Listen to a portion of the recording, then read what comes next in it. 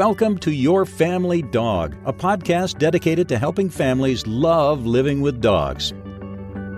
Welcome back to the Your Family Dog podcast. I'm Tina Spring, and I'm joined today by my smart and pretty co-host, Julie Fudge Smith. And today we're going to talk about a video that was released a few days ago, earlier in January of 2023, from Happy Hounds Dog Training. And I apologize, the person who created the video did not include their name, and I haven't dug into it to try to find her name. She did a phenomenal job, right? I want to upfront personal say she put into a 13-minute video what I have been trying to explain to people for a really long time. And so I'm so grateful to have this video to share with all of you and to discuss on the podcast today. And maybe we'll reach out to her and see if she'll come visit, because I think it would be a really interesting segment. So the premise of the video is when people say that force-free or positive reinforcement dog training doesn't work, why that may have been their experience, and then unpacks why, even though that was their experience, it might be as simple as they're using a tool the wrong way. And so that has definitely been my experience when I'm working with families who have learned other methods of training dogs in the past, often from their parents or their grandparents, and now they're stepping into a space with a new dog or an existing dog, and we're asking them to have a big paradigm shift to switching to a different modality of training. So now that I've introduced the video, Julie, I know you just finished watching it. Do you have any takeaways from the video that you'd like to discuss? First of all, I want to agree with you that the woman who did the video did a great job. She did a wonderful job of addressing it full on and talking about the mistakes that people make with force-free or positive reinforcement training so that it doesn't work, because it doesn't work for some people, and it's usually because you're not doing it correctly. And so I appreciate the examples that she used. I'll let you discuss the ABC one, because I think you have a good take on that. But the thing that I think was just the most important part was her talking about what positive reinforcement can do for you, and the fact that if you do it correctly, you will get the results. Not only will you get the results for the behavior that you want, or to change the behavior that you want to change, but in addition, you will get a dog who is active and curious and engaged with you, because force-free training does nothing to intimidate or scare your dog so that it can be a full and engaged creature. And she mentioned 4 parts of positive reinforcement training that I think are really important for people to understand. That your progress must match the learner. It's kind of like I have 2 different daughters, and when I went to teach them something, I had to start with where they were, each of them individually. When they were learning to ride horses, Ellie was older and she had done it a little bit more, so she got to jump before Emma did. Emma became a fine jumper, but we had to work with where each one of them was at the time to get them to where they wanted to be safely and correctly. And so you have to make your progression match where your learner is, where they start, and where you want to go. And I think that's one of the hardest pieces for families, because they want to go on the walk. And I'm like, your dog can't go on a walk yet. Right. Right. And it used to be that I would try to give them tools to try to bridge it. And now I don't bridge it anymore. Instead, I give them criteria. And we talk about a lot of the things that are in this video about if your dog doesn't notice you in the front yard, you can't go for a walk around the block in downtown Toronto. You can't. Your dog's not going to walk nicely on a leash. They're going to be reactive to everything they see, and you can't help them. So it is that example of kind of throwing someone who doesn't know really how to even dog paddle into the deep end of the pool during the Olympics. Like, it's too much, too fast. It doesn't mean we won't get there, well, we might not get to the Olympics, but we will get to a place of polite leash walking as the dog's skill and frankly, the handler's skill improves. And the surrender of that the dog sets the pace, the learner sets the pace, and that if you want to go for a walk, go alone, leave the dog home. The dog's not ready, because there's huge fallout to taking the dog on a walk that's awful, that's learning all the wrong things. Then we got to dig out of a hole. That's like even worse than we can't do it successfully on our own. I agree. And it's also very freeing. I think when you accept that, wait a minute, I'm going to start. It's kind of like I wrote a blog once called "Love the Dog You're With," or "Love the Dog You Have." Not the dog you think you have, not the dog you wish you have.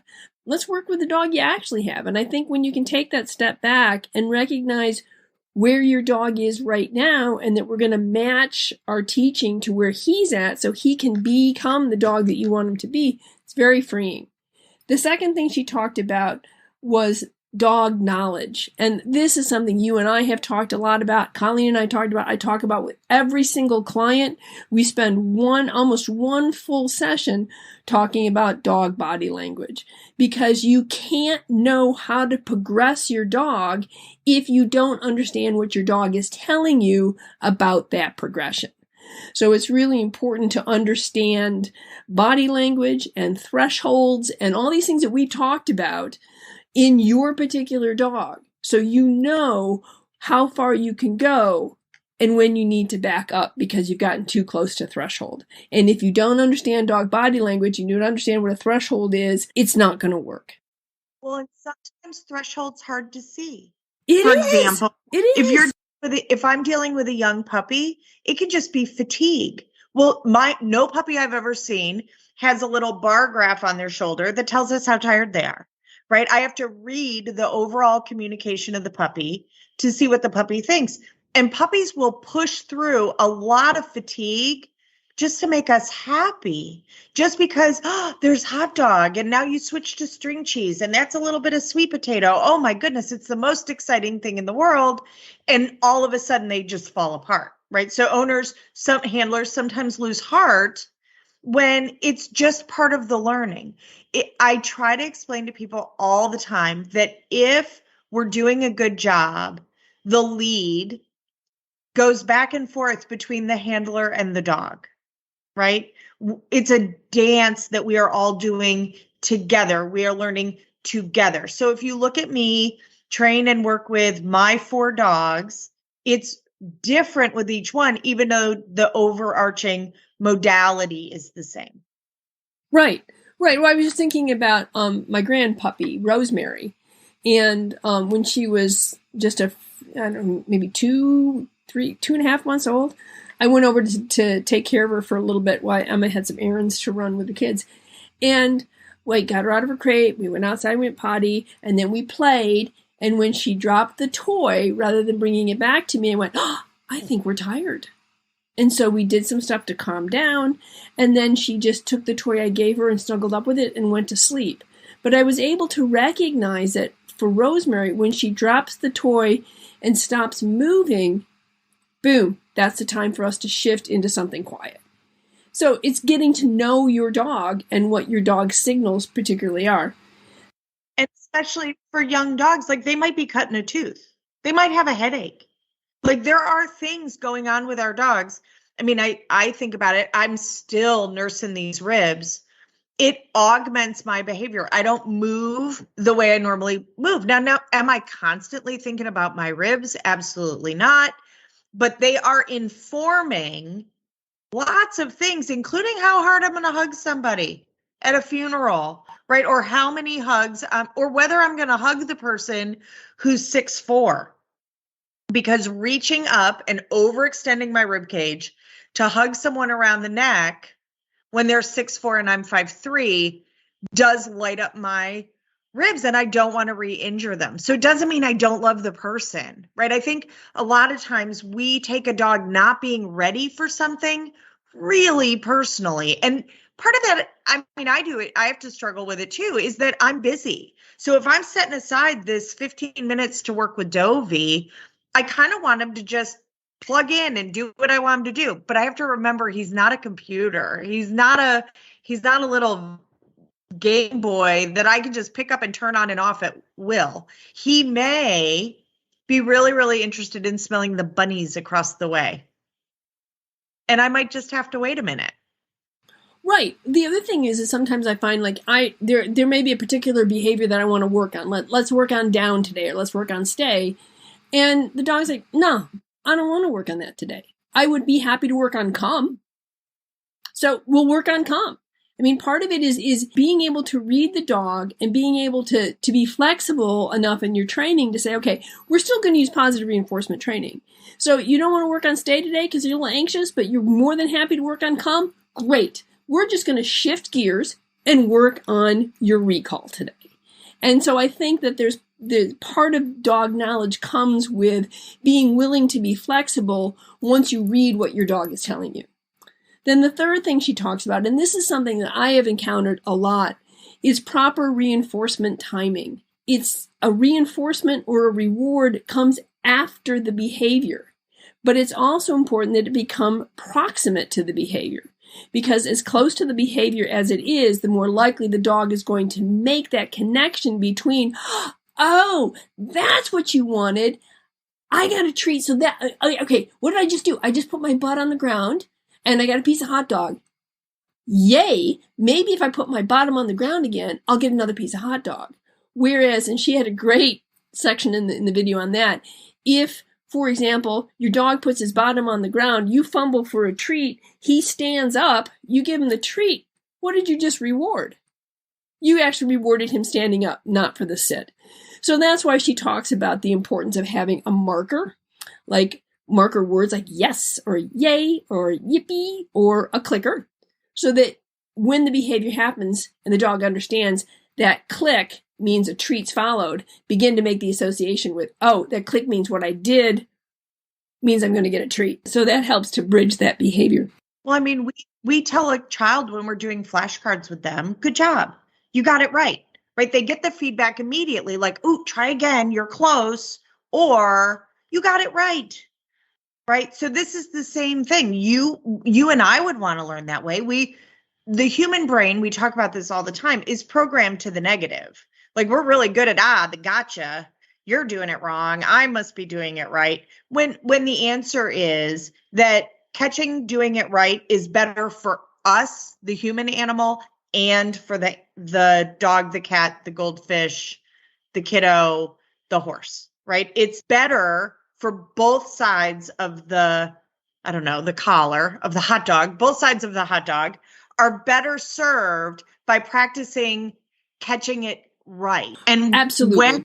When an error is made, going, okay, let's unpack that a little bit. Like, what can we adjust that increases the likelihood that we're going to get the outcome we want, right? That the learner is going to make the right choice. Which partly goes back to, make the progress match the learner. So if I'm asking you to sit in the kitchen and it's going really well, but let's go out in the living room where there's a big picture window that looks out onto the busy street and there's squirrels and trees and stuff, it might be a lot harder to do a sit and I might not be ready for that. But if you do offer me the sit, I'm probably going to reward you better than in the kitchen because you gave me a sit in a more difficult environment. You chose the behavior that I wanted you to do. I'm going to let you know, I know that was hard for you to hear me. So here's a better reward. Here's 2 or 3 pieces of hot dogs because I've asked you to do something that may be a simple behavior in a more difficult situation. And so proper reinforcement is not just about timing, but it's also about the quality of the reinforcement. She didn't talk about that, but that's part of the timing. Oh, absolutely. Yeah. I mean, it's a phenomenal video. She did a fantastic job. There's lots of nuance that goes into it. Like, it's not going to change the world in 13 minutes, right? No, but it's going to come close. It's going to come really close. She did a phenomenal job. Like, I really wish I could shout out her name. So one of the things I would say is we tend to go, what feels good right now? Dogs, I think, honestly do the same thing. I don't know that they're capable of the statement I'm about to make. I am trying to make decisions for future me. What is going to benefit me in a year, in 5 years, in 10 years, in 20 years, when I'm 95, right? The decisions I make, like if I eat this creme brulee, it's going to feel really good in the moment, but is that serving my future self? If I buy this sweatshirt that's super cute and is in the color I like, yes, it'll be rewarding right now, but how is 95-year-old me going to look back on that purchase? Right now, that's not to say that I'm not going to occasionally eat creme brulee. It was my birthday. I'm eating some creme brulee. That's okay. But I'm at least running it through a lens of, what am I learning for the future? If I suddenly decided creme brulee was my new breakfast, that's probably not great for 95-year-old me, right? The manifestation of that over time would be really probably pretty unhealthy, but yummy, right? So part of it is, I think people are just trying to survive their day. And I know that I face this in my house with my youngest dog. I'm in a hurry from going from this activity to the next activity. I have a calendar, I have a schedule I have to keep. And sometimes I don't take the time to wait until his arousal comes down. Sometimes I forget to grab the hot dogs or forget to grab the leash or forget the blah, blah, blah. And then it's mayhem and foolishness. And then I'm all mad at him and, all of that. In addition, I have another adult in the house who helps manage this dog, who is not a dog trainer and who also is just trying to make it through his day. And sometimes unintentionally contributes to exactly the behaviors we're trying to get rid of. So I'm trying to be much more hygienic about those conversations and showing Christopher, this is how I'm working on problem X. It's that there's a gap in learning. What I think should be happening between the dog and I, and what the dog thinks should be happening between the dog and I, are two really fantastically different things. Yes, I agree. Then the fourth thing that she talks about, in addition to make your progress match the learner, understand, have good dog knowledge, proper reinforcement timing, is patience. Because she does come right out front and say, positive reinforcement training or force-free training takes time, because you're working with the dog to teach a new behavior, a desired behavior, to reinforce in a progress that makes sense to the dog, to get them to the skill you want them to learn, takes patience and time. The problem with corrections or force-based training is that it is quick and it corrects a behavior. So it stops a behavior, an undesired behavior. But what it doesn't do is teach a new behavior. And what it doesn't do is instill confidence and trust and joy in your dog. What it does instill is intimidation, trauma, pain, and distrust. It gets rid of an undesirable behavior, but it doesn't instill a new behavior. And there's some emotional fallout to it. Of course. Now, I will say that I sometimes struggle with this notion that we can somehow play hot cold with only hot, right? As if you can never tell your dog that they made an error or no, you're not allowed to do that. And I don't think Julie nor I are saying that. My dogs, once they know a behavior, they're fluent in the skill under any of the conditions I'm putting them in. If they still make an incorrect decision, we're going to have a conversation about that. I'm going to say, uh-oh, you're not doing what I asked you to do. Like, what's going on? Like, we're going to go back and we're going to work on that the same way I would with a child or the same way I would with another human. I'm not going to suddenly go to guns and scream and yell. Hopefully I have my wits about me, and I'm not going to go to guns and start screaming and yelling. I'm also not going to assume the dog's being stubborn. The dog's being a jerk. The dog is being mean. The dog is punishing me, right? I'm also not going to buy into any of that hooey either, because frankly, there's a reason the behavior is happening. And often it's anxiety or pain, or they're not feeling well, or they slept funny, or they're just distracted, or they're busy living their dog life and they're not as invested in what you want. Like I have a lot of get along. I love the people around me. I want everybody to be happy and get along, but sometimes I just don't want to do the thing. That doesn't mean I'm being spiteful or stubborn. It just means I don't want to do that. Right? And I don't particularly like coconut. So if there's coconut on the brownies, I'm not going to eat them. It doesn't mean I think you're a jerk and I hate you and I'm being disrespectful and stubborn. It means I just don't like coconut. I don't like coconut either. So I guess this is the Your Family Dog and Dislike Coconut podcast, because I don't care for it either. So if I have a dog who I know that certain things are just not their jam, then I'm going to, one, see if I can figure out another way to get it done that is more in keeping with the dog's jam. And then I'm also going to lower criteria and make it much more rewarding to do the thing I want them to do, especially because they don't really love it. Right. And that's where reinforcing more heavily or with better rewards can really make a difference in the progression of that behavior. Because you're saying, yeah, I get this. This is hard for you, or you don't like this, but I'm going to make it worth your while to do this.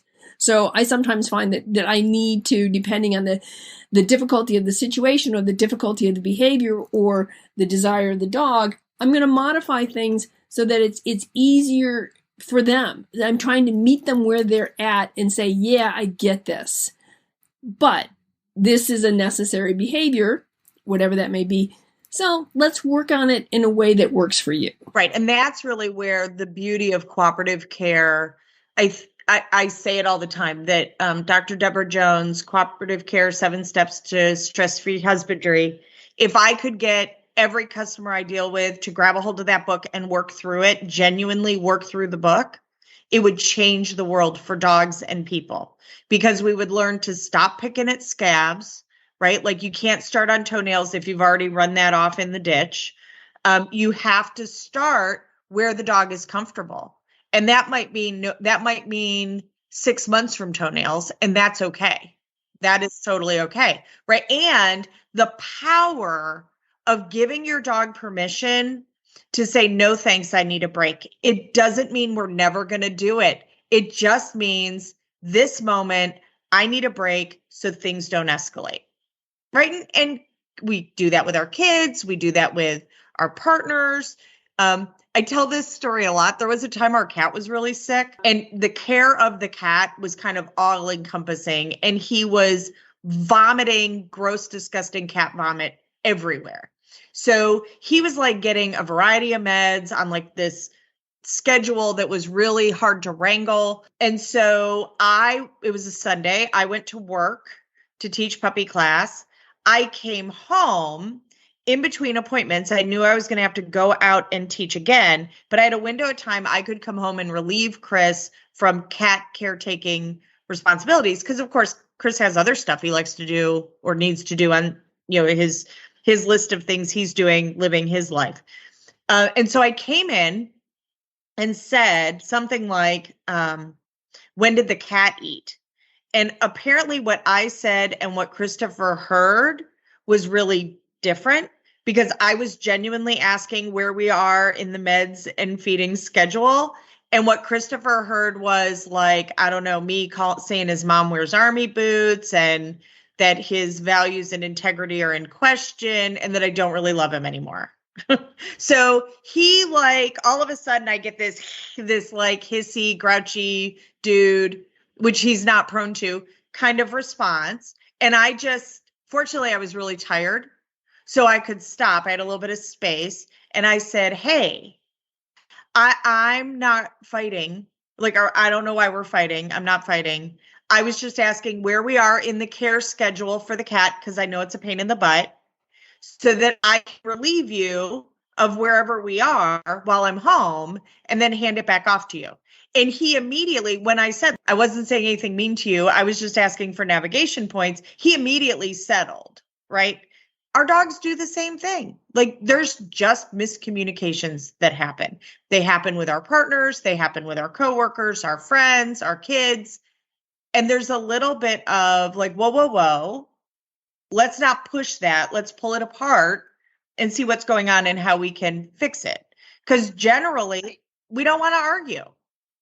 Right. Well, the other thing I was going to say is that is another reason why you want to use positive reinforcement training, because there's nothing about positive reinforcement training that's going to be deleterious to your relationship to your dog. In fact, it builds the relationship based on cooperation and trust with your dog, and allowing the dog to be fully canine and fully dog and joyous and to learn at his pace really builds the relationship, so that when you do make a mistake, there's opportunities for forgiveness on both sides.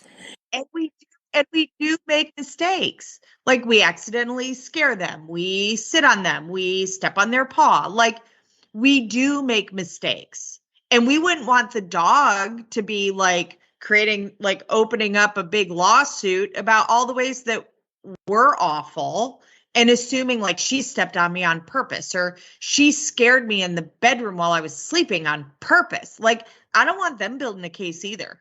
Right. And that's why positive reinforcement training will help you build that relationship that communicates effectively, because they understand how you're communicating with them. They understand the rules of the game. And so when you make a mistake, they're much more willing to say, oh, hey, I get that. But if you're using force-based training and you're not building that relationship that's built on cooperation, trust, and good communication, when you make a mistake, the dog's not sure what's happening. Is this a punishment? Did she step on my paw on purpose? Should I be scared? What did I do wrong? I was just lying here. Am I not supposed to lie here? I thought I could lie here. And I think you really increase the anxiety in your dog. So I think that there not only does training become more effective, and eventually your dog becomes much more responsive to training and responsive to you if you have the patience to do this correctly. But I think that what we need to do is remember that this is a 10-year, for most of us, a 10-plus year commitment to an individual. And I want to build a relationship that's going to endure positively for that full amount of time that I have with this dog. And that's going to happen by being respectful of the sentience and the qualities and the beauty of being a dog. And I'm only going to be able to do that if I'm reinforcing those behaviors that I want, that I enjoy, that they, well, in a matter of most of the time, what they enjoy too, and build that relationship. And again, Julie and I are not saying be permissive, right? We still have to keep them safe. There are times that we do have to usurp their authority. Our goal, though, is that the behavior, the relationship is strong enough that doesn't reach a breaking point. Right. Today, two things happened. One with Zuzu and one with Clementine. Zuzu was outside the bathroom door. I knew she was outside the bathroom door. What I didn't know was that she was right outside the bathroom door. So that when I opened the door went over her paw, which hurt. And I was like, oh, I'm so sorry. I had no idea you were that close to the door. And I checked her paw and it was okay. And I, hugged her and petted her and gave her a little treat because I had one in my pocket. And she forgave me and things were okay. And I don't think it traumatized her too terribly because I think she trusted that I didn't intend to hurt her. And then today, Clementine, my grandkids came over and Clementine, they take their shoes off at the front door. And then Clementine likes to pick one of them up and run around with them, and which is not necessarily what we want Clementine to do. So when she had one of Edward's shoes, I went, oh, Clemmy, come here. And as she was walking over to me, Edward came up with a toy and squeaked it for Clemmy. She dropped the shoe, grabbed the toy, and the two of them went off to play. So because Clementine, what he knew instinctively is that Clementine wanted to play. So let's give her something that's appropriate to play with. And so there was no punishment there. And in fact, I was reaching for a treat at the same time Edward came up with a toy.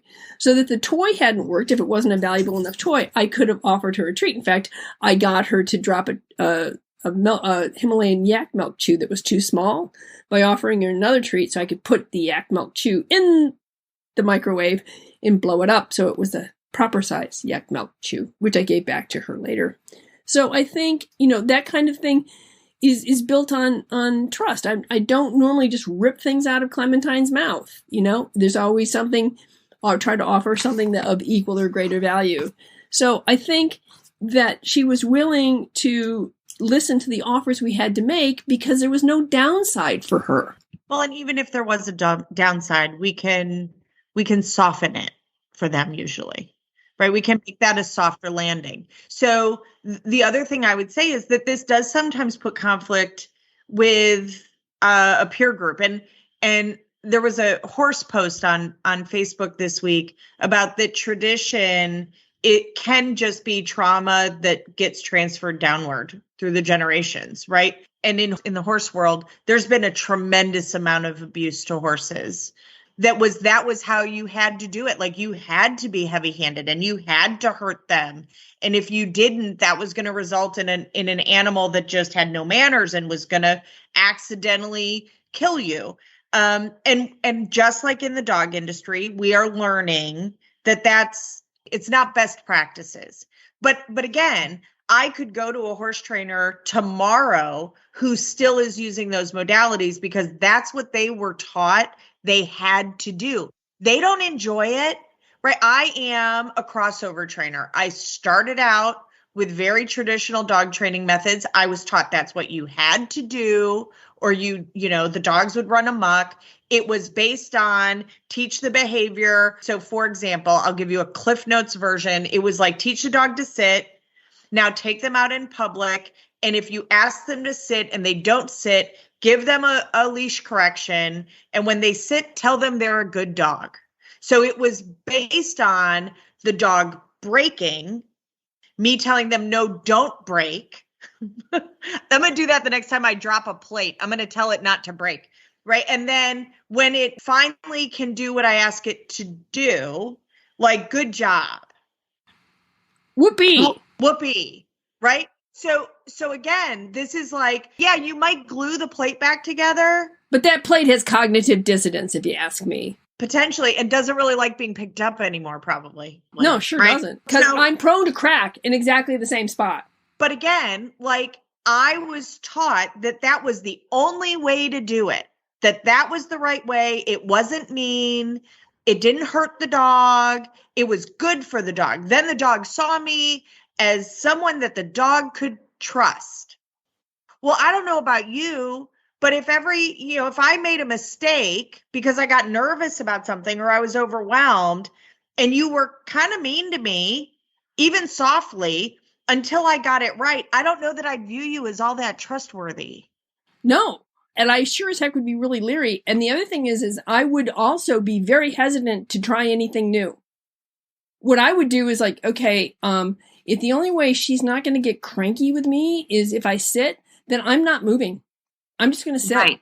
And I think that's what you also see with force-based dogs is they begin to lose that curiosity and that innate dogginess of wanting to explore things, because what they don't know is this going to hurt or am I going to get a cookie? And that's just crazy making. It would make me crazy. If I love my dogs, I have always loved my dogs. Heck, dogs were safer than people for the most part. Like, I would have never knowingly caused suffering to my dogs. Like, that is not who I am. And those methods I was taught, that was how our family dogs were trained.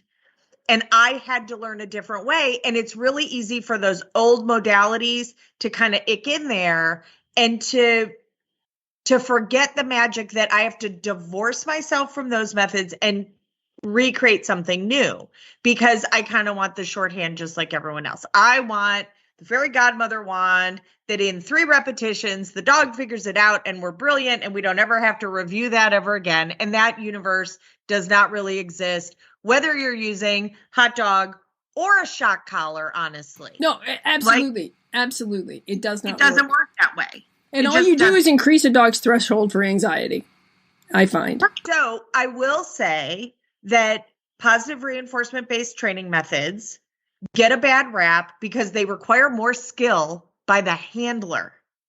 They require more patience by the handler.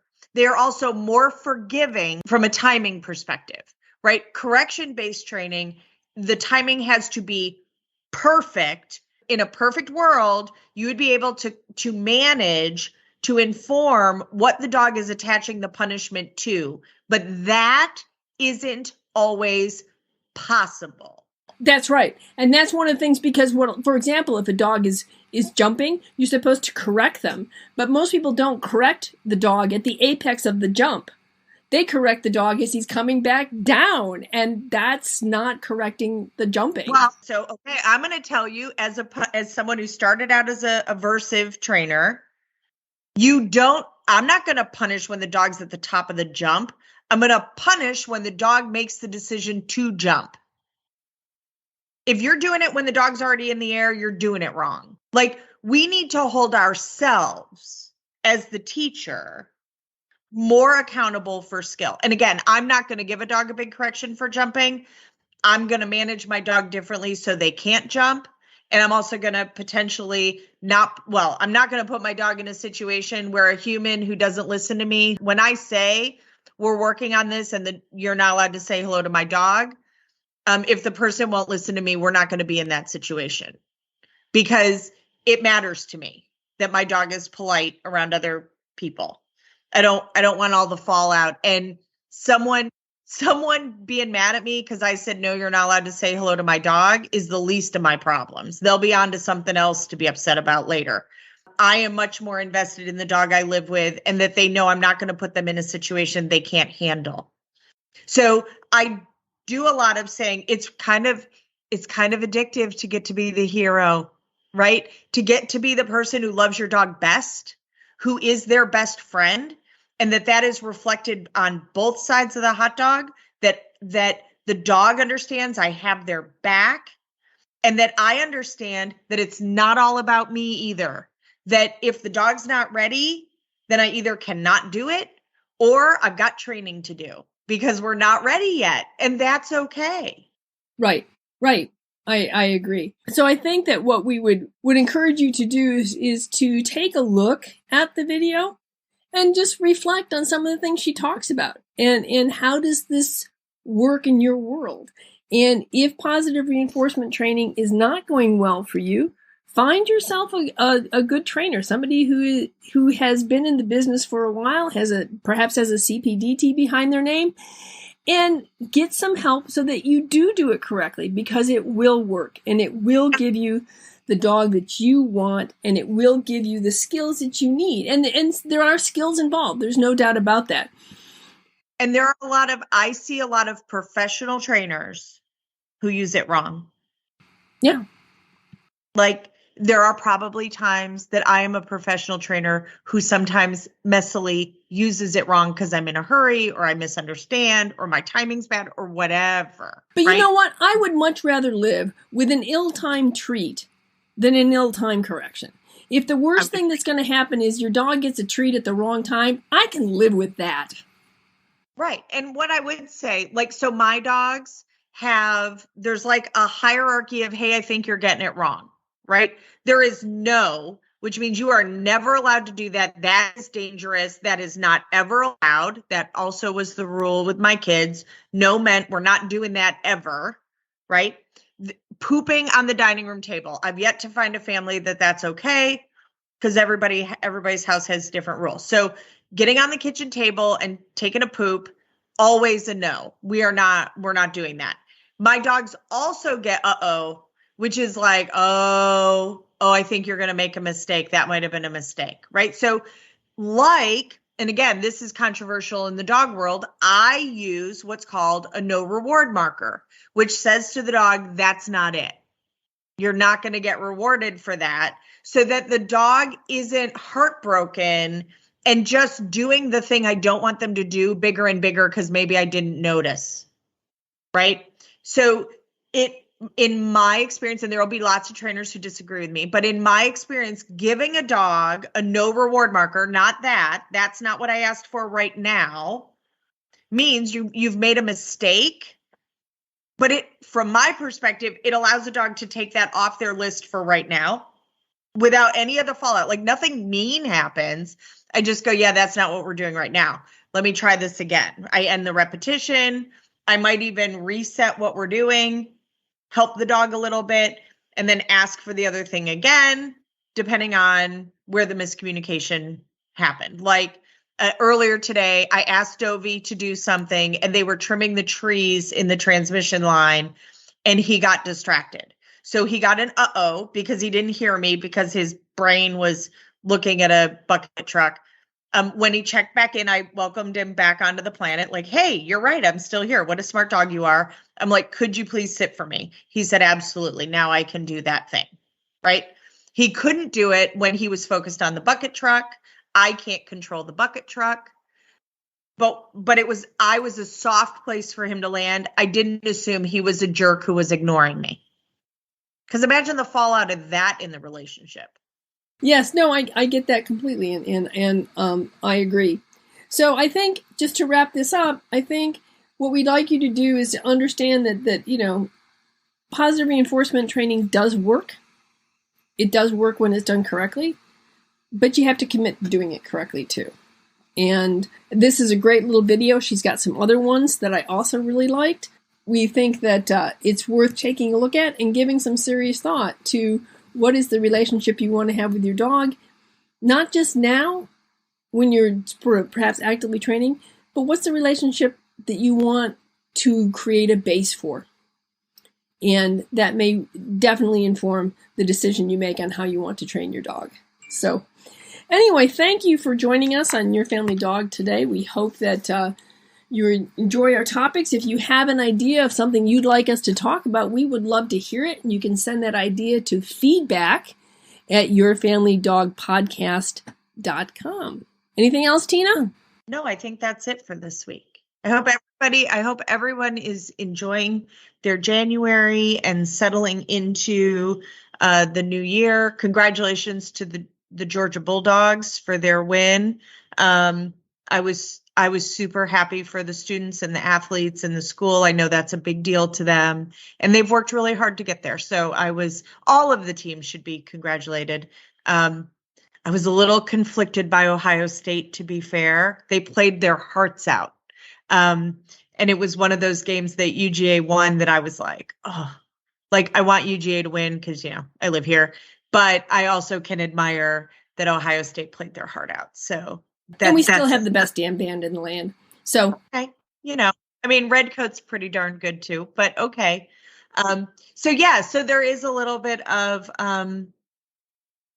there's some good stuff happening. Try to focus on the good and try to interrupt what's going on with the bad and come at it a new way and see if you can't find a softer way to land for ourselves and for our dogs and our cats and our kids and our... That's right, because it's better for both sides of the hot dog. Yeah, we all feel better when it's just a softer landing.